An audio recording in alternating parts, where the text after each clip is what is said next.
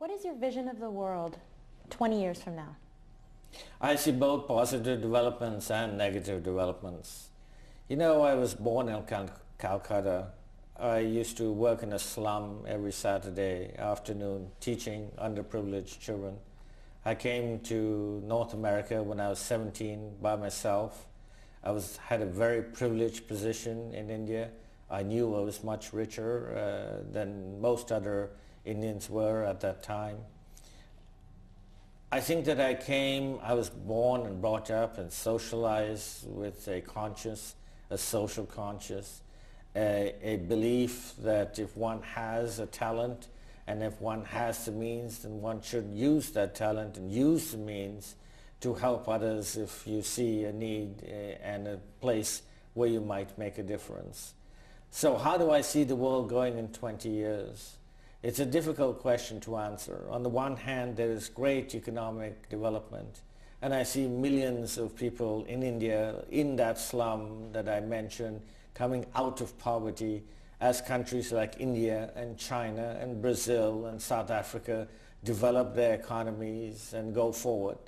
I think that the scourge of AIDS has probably peaked, and I'm looking forward to a decline of the number of deaths and the number of new infections on preventable diseases like AIDS and like malaria and tuberculosis.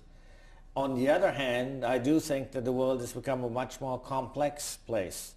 I think that the security situation is deteriorating. I think the political leadership that the world has now pales in comparison to some of the leadership that the world has had in recent history. I mean, think back to the leadership that the world had in its periods of history in World War II and since World War II, even before World War II perhaps. The kind of political leadership that we have around the world today does not necessarily reflect the values and the behavioral changes that are necessary to make the world a better place 20 years from now. I think we all have to be cognizant of the fact that the world is warming up, that climate change is a serious issue. I think that we have to be very aware of the wars that have gone on. We have to learn lessons from places like Rwanda to make sure that they don't happen again. The problem I see is that I don't know if we have learned the lessons of Rwanda.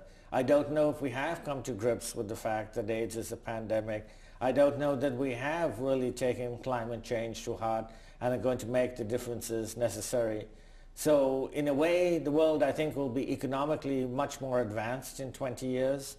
I think that we'll be a generally richer society all around the world.